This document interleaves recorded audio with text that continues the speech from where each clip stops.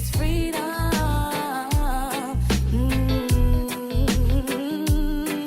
Like wings on a bird, freedom is what propels you.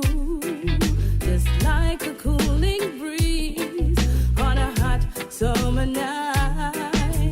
Knowledge is power, so design every hour. Freedom is that feeling, so let go and be free.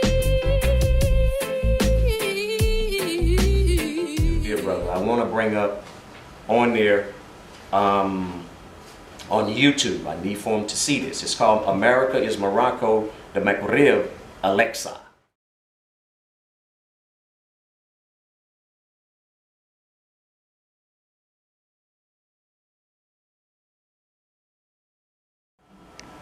We never thought that. Then, almost 100 years after that, then you get Bill Pitchfork Tillman. So you see the history now. So somebody lying. So which one? You took the government in 1789 or did you take it in 1876? Or 1895? Because he said in 1876, that's when we disenfranchised the Negro. Okay? Meaning they strip you of all your titles and everything. That's what he's saying. But somebody is lying about the history.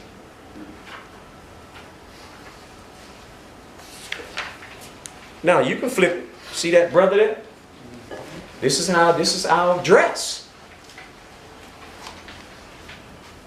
This is what they strip from you. Because they don't want you coming back to the land being free. They want to keep you in that corporation called the United States. As long as you all are under that trust, y'all going to be paying taxes. You're going to be paying taxes on them houses even after you pay it off.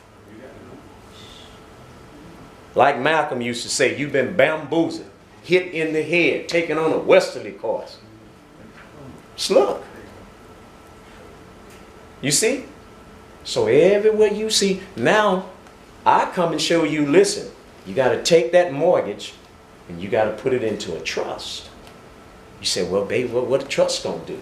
It's going to free you up from having that fraudulent mortgage you thought you had. You never had no mortgage. You take that word mortgage, mort, a debt, gage, promise. You never had no mortgages. Y'all clear? You've been lied to. And how I know that? I done put houses into trust already. And I tell them, and after that, don't make now another payment. In the Moorish dominion, the United States and the state of states is blanketed over layers over our land and republic state called Morocco. The United States Federal Corporation Congress is trustees for the Moroccan Empire. Tributary means paying tribute to another to acknowledge submission, to obtain protection, or to purchase peace. The word attachment here only means the United States is always, has been, and still is part of the Moroccan Empire. The United States became a part of our imperial majesty, and the Sultan of Morocco gives them a charter and a banner to do commerce on our land. Old Glory in red, white, and blue is a banner we gave them to do commerce. Family, you must do this by going into your private express trust, which is also your allodial title that will bring us back to our land called Morocco. See, the name ain't you. You want to claim that name so bad. That's not you. Well, it said, I don't care what the license says. See, when I travel, I don't travel with the driver's license. And I done got pulled by all of them. State trooper, sheriff boys, and local police. And what would I give them? He said, baby, what you give them? Court order, passport ID. That's all they get. And then I know the question's going to come. Because I'm always prepared. What's up? Sir, I would love to answer your question, but I'm not in your jurisdiction. Shh. Shut up. Gonna come again. Well, you, sir, I would love to answer your question, but I'm not in your jurisdiction. See, jurisdiction is everything. I like to show people proof. I don't like to just be talking. Look in the, excuse me for a minute.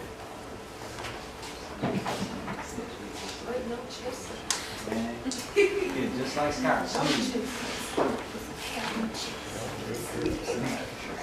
Take a look at that. Now that's the court order. So when I travel, that's just like my passport. See, that's just like the injunction. It tells you who you are and who you're not. Okay? See, I don't make this up. This is when I went into the court. And so once I was finished with Judge Shapiro, he said, okay, go down to the 12th floor. So I go down to the 12th floor, and there was a brother by the name of Draymond. He was at the window that day. I walk up. I said, here, I'm here to pick up a court order from Judge. I just came in front of the judge. He said, what's the name? I give him the name. And he pulls it up. He looks. Whole face like it went into the computer. So I'm standing there, right? I'm just standing there. I'm looking. I said, my brother, you okay? He said, yeah, but I never seen nothing like this, though. I said, like what? He said, well, I've seen many people come in and do name change. I know that's where he was going. But not race and nationality. I said, well, that's the first time for everything. He said, well, let me ask you a question. I knew it was coming. He said, so tell me, if you're not a U.S. citizen, then what are you? I say, you're reading it. I say, let me give you a little help. Title 28, USC 3002, Section 15A. I mean, he was like, because see, we've always been told that we was something else. So I have to show y'all proof. I just can't be up here just talking. You ain't no belief to it. You see what I'm saying? That right there keeps cops away. You got that? Passport. I don't show them nothing else. I say I'm not obligated to show you anything else because you don't have jurisdiction. See, when they don't have jurisdiction, I call them policy officers. They can't ask you for nothing else. That's all you get. Because why? I don't have the contract. What's the contract? What's the contract? Driver's license. When you pop that contract out, he got jurisdiction over you. You see? So I'm trying to tell y'all, and them sheriff boys, they was funny. They was the most funniest one. I had 3 of them. One older one, one middle-aged, one white one. They pulled me. You know, I already had it out. So the little young one, he looked, reading the court order. He said, hey. I said, yes, sir. He said, you Moor? I said, yes, sir. He said, the Aborigines. I said, yes, sir. I said, not them sovereign citizens. He said, no. The Moors that was here that live on this land. I said, yes, back to the land. So the middle-aged one, he took the passport ID and went and ran it. So he come back. He said, hey, we can't pull you up in our system. I say, yes, back to the land. Because see, what the passport authorities do, and they still lie, because if you look at any of your passports, they got your nationality on there as United States of America. You know that ain't no nationality. And they got that court order. But they still won't come out and tell you who you are. I gave them the proof. Why didn't they put more on there? Why don't they put it on their passport? Because they can't tell you who you are.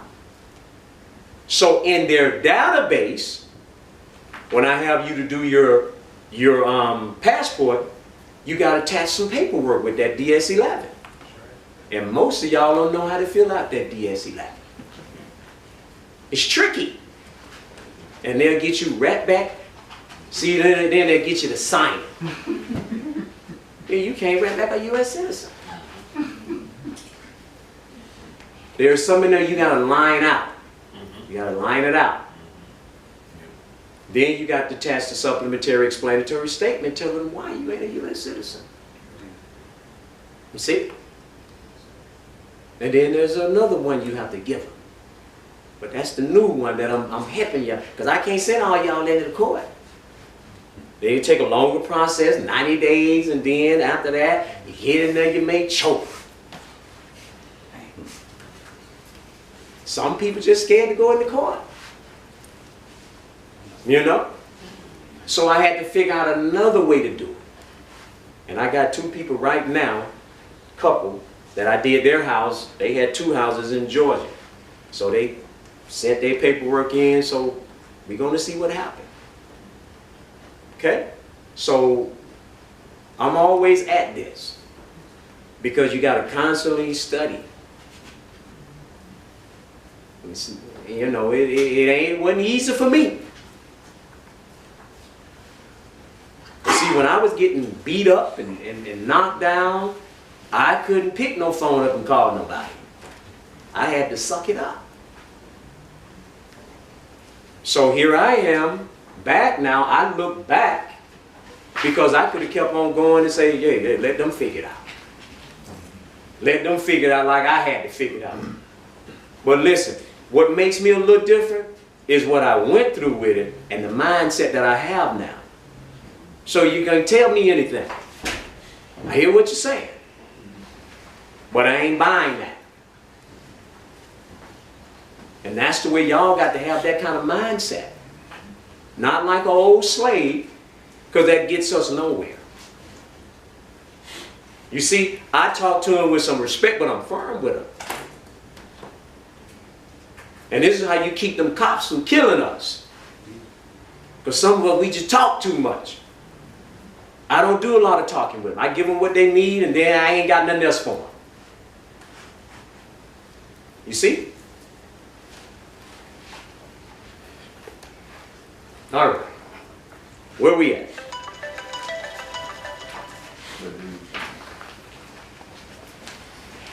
Let's see here.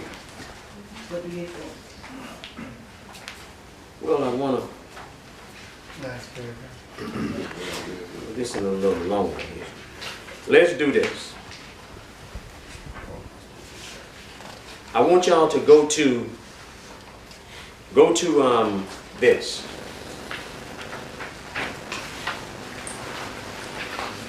Follow.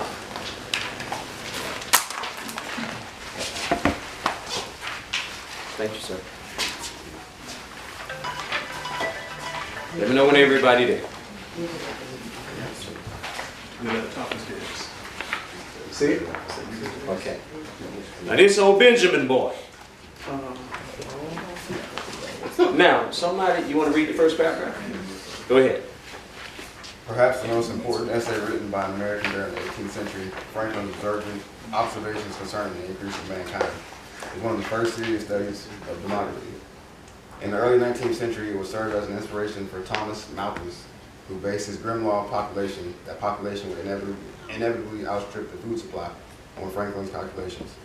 But Franklin's argument was, in fact, quite different from Malthus's bleak prophecy. Franklin, like other Americans as late as Lincoln, held to a belief that no man in America needed to long remain a laborer for others. Despite the doubling of the population in every 20 years or so, America remained a land of opportunity where wages remained high and even slaves were expensive. Keep going. What is purpose most striking about Franklin's essay today is sophisticated use of social science, data to convince the British ministry to alter its colonial policies. Particularly jarring, however, is Franklin's plea that America be maintained as entirely Anglo-Saxon society. What kind of society? Anglo-Saxon.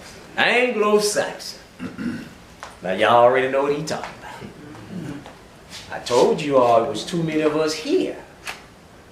Too many of these copper-toned skin looking people.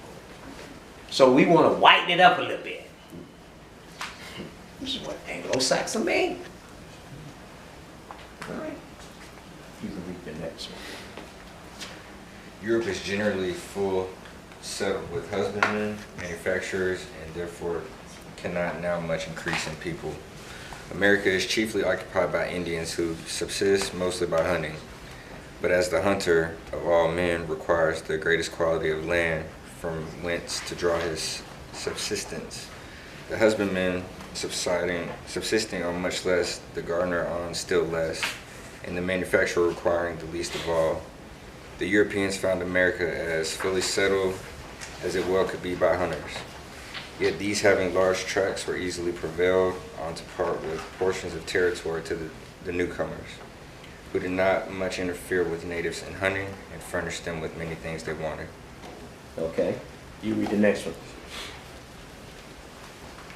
Land being thus plenty in America and so cheap as that a laboring man that understands husbandry can in a short time save money enough to purchase a piece of new land sufficient for a plantation, whereon he may subsist a family, such as not afraid to marry.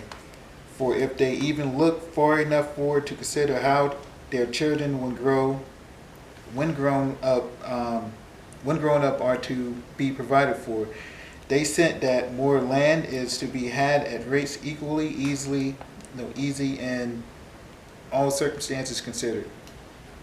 Next. Hence, marriages in America are more general and more generally early than in Europe. And if it is reckoned there that there is but one marriage per annum among 100 persons, perhaps we may here reckon 2. And if Europe they have but 4 births to marriage, many of their marriages being late, we may here reckon 8, of which 1/2 grow up, and our marriages are made. Reckoning one with another at 20 years of age, our people must at least be doubled every 20 years. You can read the next one. But notwithstanding this increase, so vast is the territory of North America that it will require many ages to settle it fully. Until it is fully settled, labor will never be cheap here, where no man continues long a laborer for others, but gets a plantation of his own. No man continues long a journeyman to a trade, but goes among those new settlers and set up for himself and see. Hence labor is no cheaper now in Pennsylvania than it was 30 years ago, though so many thousand laboring people have been imported. Next. The danger, therefore, of these colonies interfering with their mother country in trades that depend on labor, manufacturers, and sea, is too remote to require the attention of Great Britain. Keep going. But in proportion to the increase of the colonies, a vast demand is growing from British manufacturers, a glorious market wholly in the power of Britain, in which foreigners cannot interfere, which will increase in a short time even beyond her power of supplying, though her whole trade should be to her colonies. Therefore, Britain should not too much restrain manufacturers in her colonies. A wise and good mother will not do it. To distress is to weaken, and weakening the children weakens the whole family.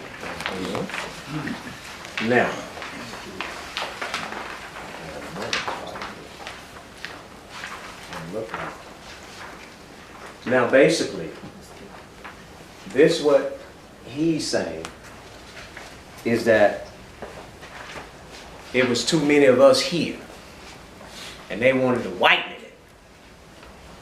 Because remember, in the numbers, we're going to always outnumber them. Okay? Y'all going to see it in the next one coming up with Bill Fitchfork Tillman.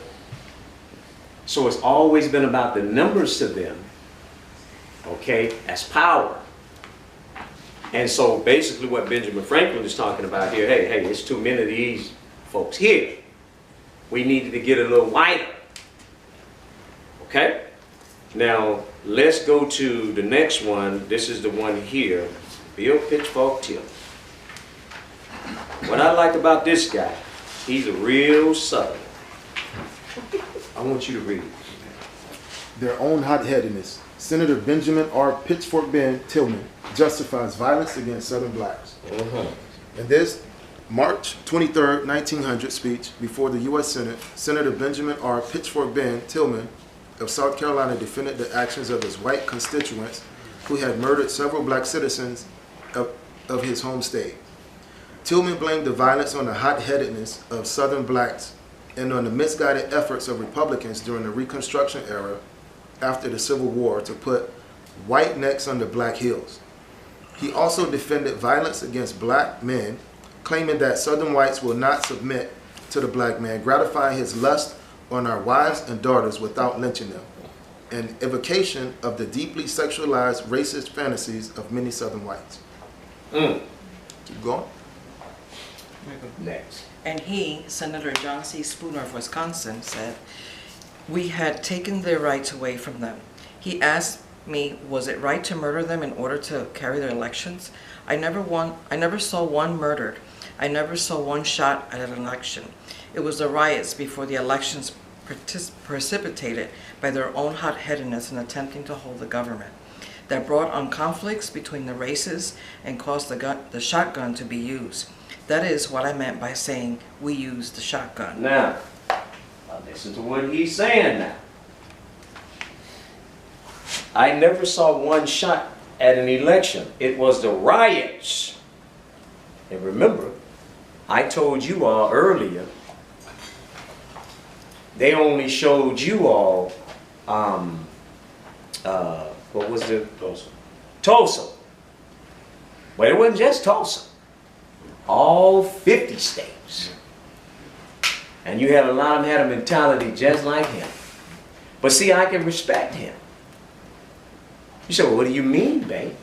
Because he's telling you who he is. And you got too many of them here in these elections. We could never, but we're going to let it go on and you're going to see for yourself what he's saying. Next, please. I want to call the senator's attention to one fact. He said that the Republican Party gave the Negroes the ballot in order to protect themselves against the indignities and wrongs that were attempted to be heaped upon them. All I need is freedom. Freedom. All I need is freedom. Freedom. It's been a dime, a real long time. My state of mind, I'm stressed on this death issue. I lost some homies in the struggle, but before I miss you. And Big Pond, Fat Joe, see this picture. We gotta keep our faith alive, don't let the devil get you. All I need is freedom. All I need is freedom. All I need is freedom. All I need is freedom. All I need is freedom. All I need is freedom.